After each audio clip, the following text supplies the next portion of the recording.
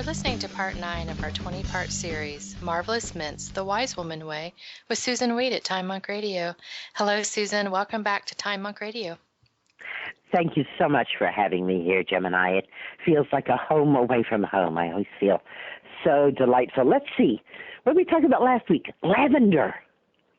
Lavender that grows in rows, scents our clothes and things, has a smell, gets up your nose, but it's of journey I sing. When we were in Provence, we were horseback riding through these fields of this massive blooming shrub, and I asked, what is that shrub? It smelled so sweet, and they said, it's named after a famous French poet, Genet. Genet, Genet, you smell so sweet. Ooh. But this week, and this month, in fact, the month of December, we are not going to be talking about plants in the mint family that are used so much because of their smell. Now, we started out, remember, way back when in our first week when we were talking, we said like most of the mints are aromatic. And we had a pretty long talk about volatile oils and what volatile oils do, and they can be dissolved in water, alcohol, oil, or honey, so they're pretty easy to move around, and all the different things that they did. We talked about, in general, the mints, because of these aromatic oils, are antiseptic and fungicidal and antiparasitic and repel insects and are comminative and antispasmodic and anti-inflammatory. And this month, we're going to focus in on their sedative effects. Now, sedative is perhaps too strong a word to use here. Gemini, I think that you know and love motherwort, yes? I do, yes. Would you call motherwort a sedative? Yeah, it actually does. I find that it relaxes the heart muscles. It calms the palpitations. Relaxes and calms, but it's not like most people, if you say, I'm going to give you a sedative, they think they're going to be knocked out, right? Yes, it doesn't make me sleepy. Doesn't make you sleepy. It's not sedating in that way. It's calming. Yes. And in fact, the 4 herbs that we're going to be talking about this month, skullcap, catnip, motherwort, and lemon balm, although they are listed as sedatives, you would be disappointed, in fact, if you tried to use any of these as an actual sedative. But if you think of them more as calmatives, things that are going to just make you go, ah. You know, when I'm upset, I have had people say to me, take a deep breath, which I think is really the worst advice for anyone who's upset, isn't it? Yes. Like when I'm upset, I don't need to be told to inhale. I'm already inhaling too much, right? When I'm upset, it would be good if somebody said, here's a candle, blow it out, and stuck out their finger, and I went, and I would feel so much better at the end of that. But when people tell me to take a deep breath, I think I'm going to take a deep breath, and then I'm going to smack you. Yes. But better is to take some skullcap or some catnip or some motherwort or some lemon balm. So let's focus in on skullcap this week.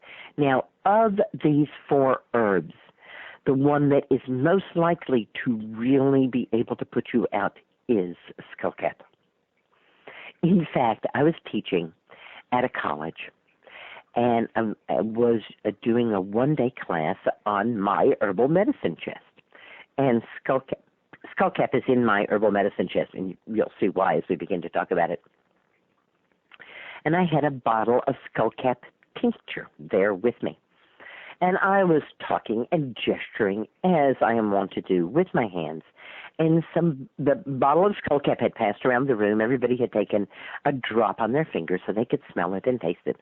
And the bottle was put back on the desk in front of me, and I knocked it over. And the top had not been screwed on it, and so some spilled out. And I immediately picked it up and screwed the top on tight. And then what had spilled out, which was It wasn't a huge amount, but it was a large amount of skullcap, maybe a quarter of a teaspoon, a half of a teaspoon. And I just, without really contemplating, thinking it through, I'm kind of in the middle of teaching and this has happened and I'm, not wanting to stop. And it's not like I'm glossing it over. Everybody can see what's happened, but I'm not going to make a big deal about it either. So I just scooped it off the table and into my mouth and didn't think anything of it until I was driving home from this gig. And I'm driving home and I am suddenly just like, oh, I am so tired. I'm like, I feel my body slump in the seat, and I go, whoa, get together. And, I turn the radio up, rah, rah, yeah, and make sure there's some rock and roll music, and I roll the window down, and I get the wind whipping messy. And I feel my body just like sliding down in the seat, and my eyes getting heavy, and I'm going, hey, come, we're driving. Listen. The only time in my life I've ever had to pull off the road and go to sleep. There was simply no way I could stay awake. Now, my Skullcap tincture is not easy to get because Skullcap is not a very aromatic herb. We're going to be talking about catnip next, and catnip's an extremely aromatic herb. And catnip can lose a lot of its volatile oils in drying, even though it's so strongly aromatic. Whereas Skullcap, which has little to no aroma to begin with, after it is harvested, rapidly loses what little volatiles it has. I harvested some Skullcap with a dear friend of mine. I have a Skullcap growing at a swampy area on my land. And we came back in with our Skullcap and, made a cup of tea, and we're kind of chatting. And I said, I think I'll make my tincture. And I just got up and made my Skullcap tincture while we were drinking tea and chatting. And then she went home, and she was 20, 30 minutes away. So my Skullcap was tinctured within 10, 15 minutes of being harvested, and hers was tinctured within an hour and a half of being harvested. And just out of curiosity, a couple of months later, we did a side-by-side comparison of our tinctures, and there was a noticeable difference. And at that point, I said, I understand. I have to actually take the materials to make the tincture to the Skullcap. I am no longer going to harvest the Skullcap and bring it in, but I'm going to take my jar and my scissors and my vodka and my lid and my label right out to the Skullcap. Now, I tell you a kind of funny thing, which you are welcome to envision if you want to, and welcome to not envision if you don't want to. But I really like to harvest Skullcap in a thunderstorm. I like for the rain to be just not quite coming down, but you can feel it, and the thunder and lightning. The lightning is crackling, and I live in the mountains, so this lightning, you hear the rolling thunder, ba-boom, ba-boom, ba-boom, ba-boom.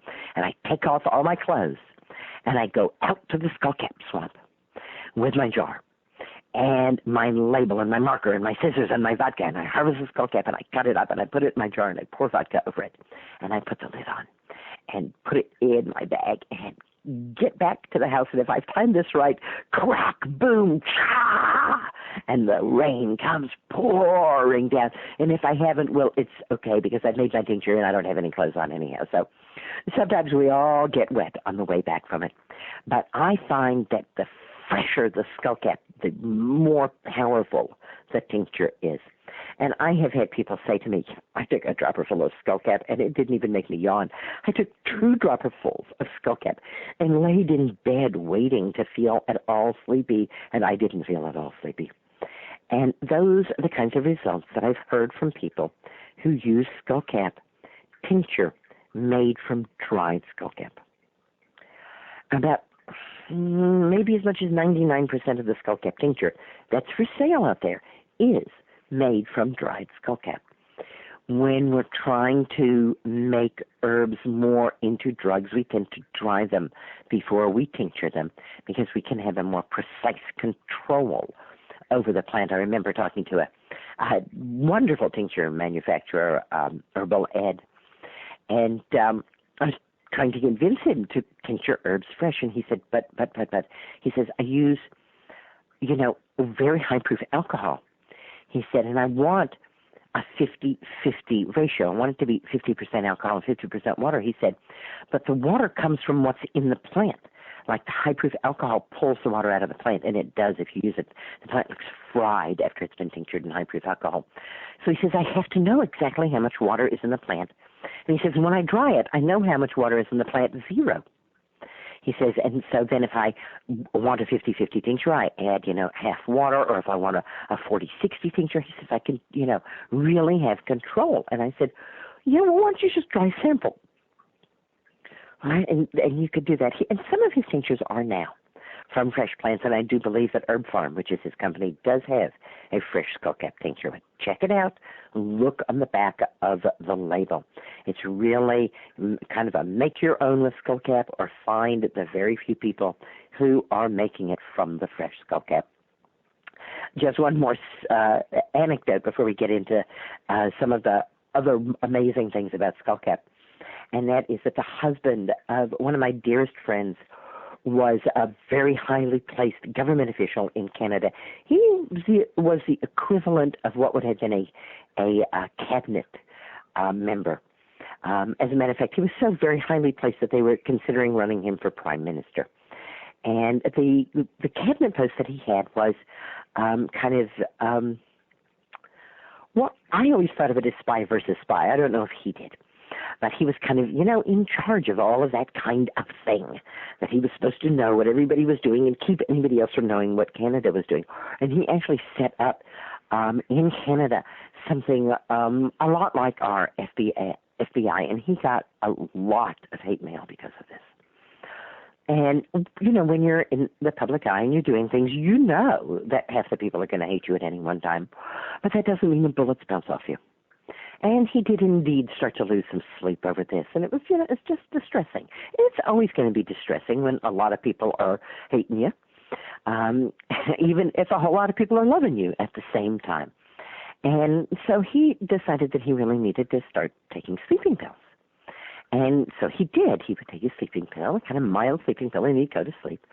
And then he needed a stronger sleeping pill because this is what happens. And then he would wake up in the middle of the night. He'd have to take another sleeping pill. At this point, my friend stopped sleeping with him. She said, you're a zombie. I'm not sleeping with you. Forget it. And so he actually asked me for help. He said, my inability to sleep is like,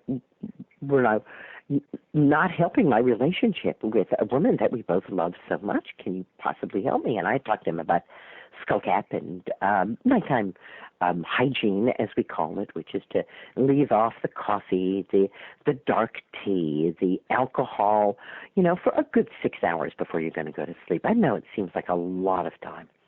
But to really give yourself that space, if you're having a hard time going to sleep, and the hot milk before you go to sleep, and turning off all those electronic devices, and being in candlelight for 5 minutes before you even attempt going to sleep, and taking 5 drops of skullcap tincture in a small amount of water, and blowing out your candle and going to sleep, and having another glass of water there with 5 more drops of skullcap as backup, so that if you're not asleep in 15 minutes, you light your candle again for another 5 minutes, and you take your second dose of skullcap.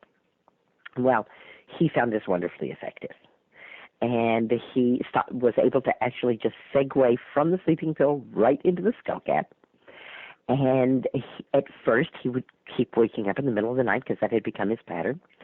And I suggested to him that he simply tell himself he didn't have to wake up in the middle of the night. And he indeed stopped waking up in the middle of the night. And eventually, because skullcap is not a sedative the way a sleeping pill is, he was actually able to resume his normal sleep without the help of sleeping pill or herb. And of course, that's always my goal. I don't just want to say to somebody, oh, well, you can use this herb instead of this drug, but you have to keep using it just like you would the drug, and it's going to have less and less effect, just like the drug would, and you're going to have to move to something stronger. Now, the herbs that I want to use and the herbs that I look for are herbs that really heal at the deepest level, so that when we use them to help us deal with a problem, they don't just help us deal with that problem right then, but they actually improve our health to the point where we not only don't have that problem, but the problem doesn't come back and we're not dependent on the herb. Skullcap is a wonderful pain reliever as well. And Stephen Booner, in his book, Herbal Antivirals, reminds us that in China, Skullcap is considered the most powerful antiviral of all plants. And of course, the Skullcap they use in China is slightly different than the Skullcap we use. It's Scutellaria bacchanalensis, and we use Scutellaria lateriflora. And there are a few other skullcaps. Those two we know are the most medicinal of the skullcaps.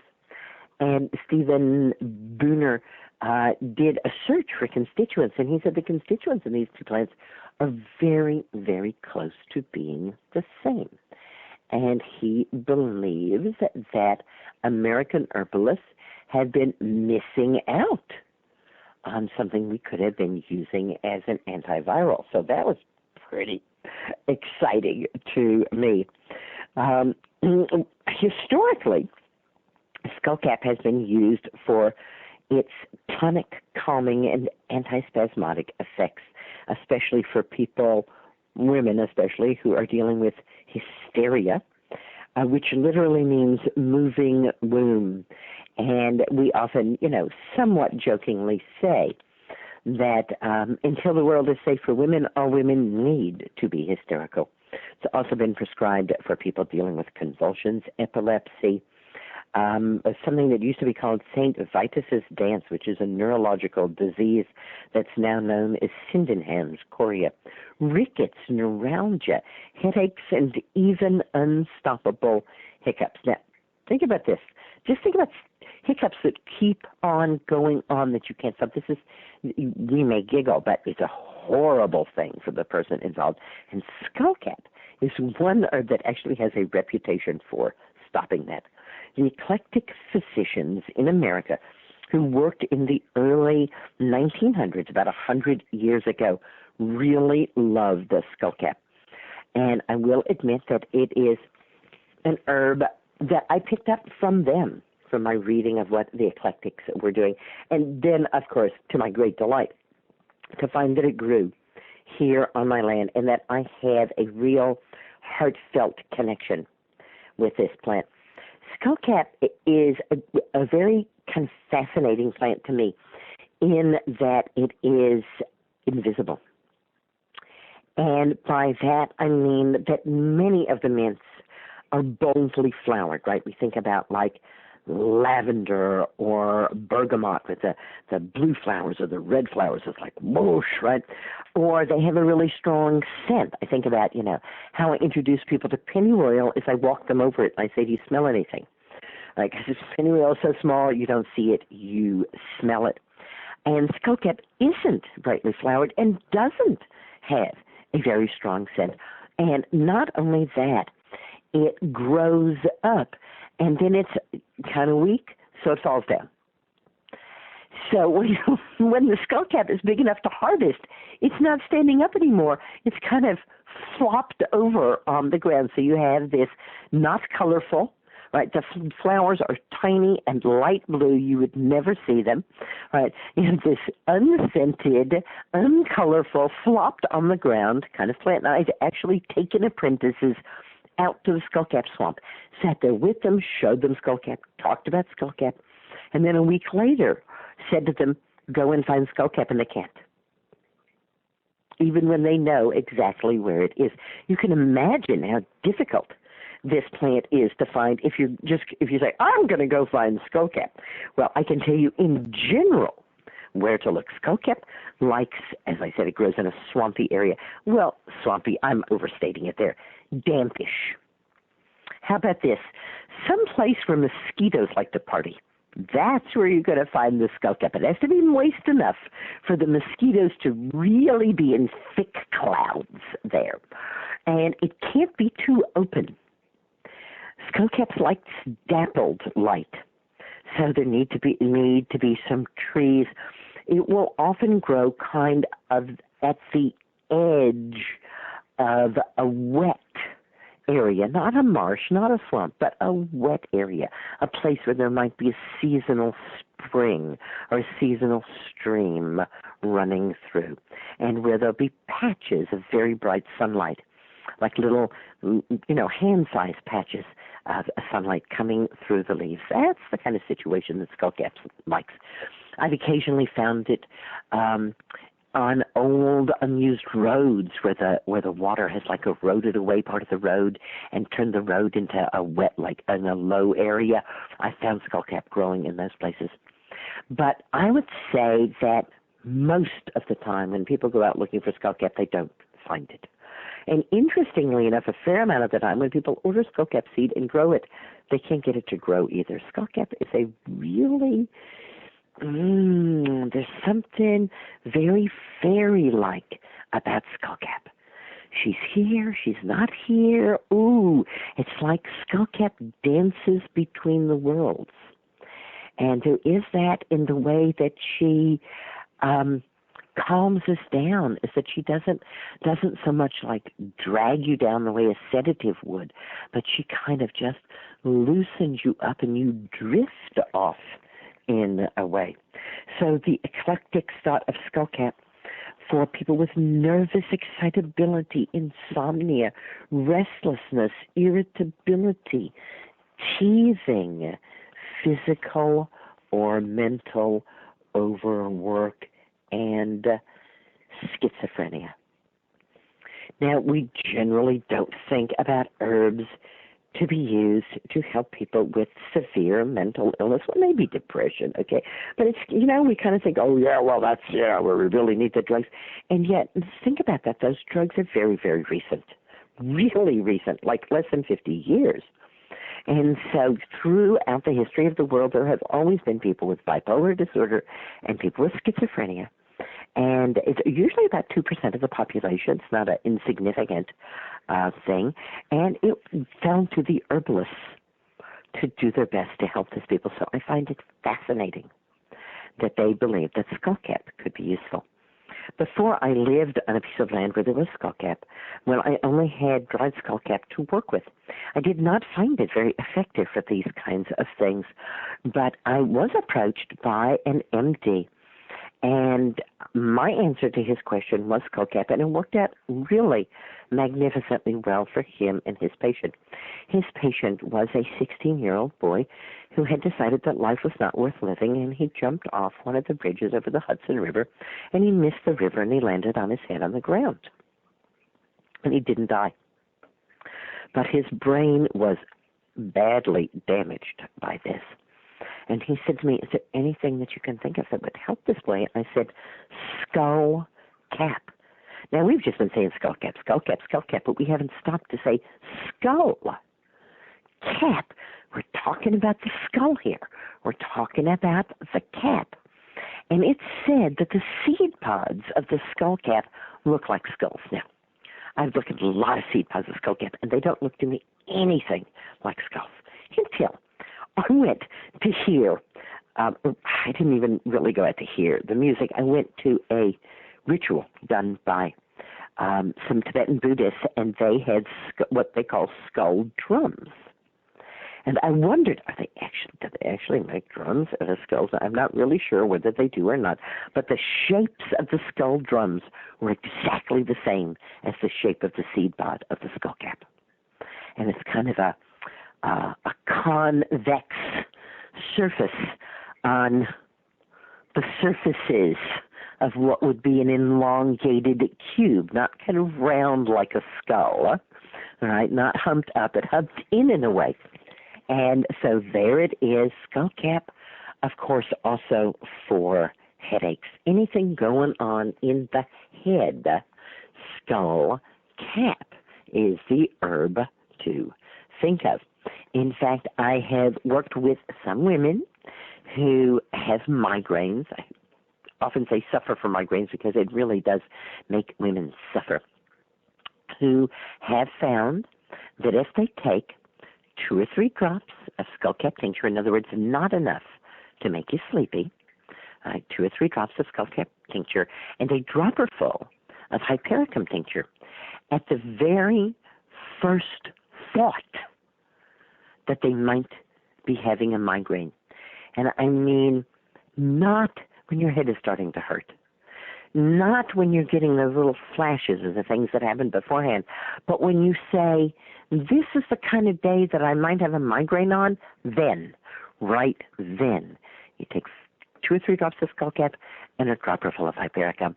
And if a couple of hours later you start to feel like, ooh, my sense of a migraine is like being even more ominous, you can take it again. You can take a great amount of hypericum tincture, that's St. John's wort or St. John's wort, with no problem and no side effects. If you get beyond 6 or 7 drops of Skullcap, you may find yourself unable to, what do they say, operate heavy machinery. So do be aware, especially the first time you're taking it, of this possible real sleep-inducing effect from the Skullcap. But most of the time, what women who deal with migraines tell me, it does not make me sleepy. It just cuts through the pain. And this is the primary reason why Skullcap is in my first aid kit, because Skullcap cuts through the pain like nothing I have ever experienced for any kind of internal injuries. All right, a pulled muscle, a torn ligament, something in a joint, right? Pain in the jaw when my daughter had her wisdom teeth out.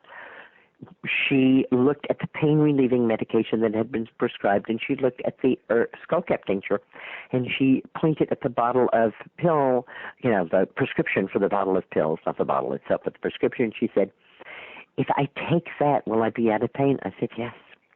And she said, and will it help my healing? I said, no. And she pointed at the bottle of herbs. She said, if I take that, will it eliminate my pain? I said, it may not eliminate it, but it will put it in a place where it doesn't bother you. She said, will it help my healing? I said, oh, yes, it will help your healing. And she said, well, I guess the choice is obvious then, isn't it? And indeed, the Skullcap was able to move her through the pain of having had her wisdom teeth removed, which is reasonably severe pain.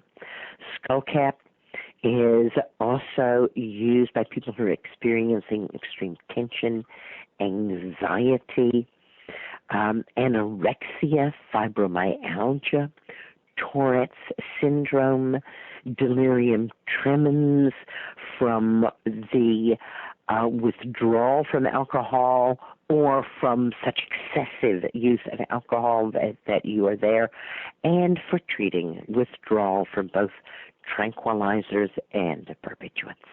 You can see why Skullcap is the first of the great calming, easing, relaxing mints that we look at.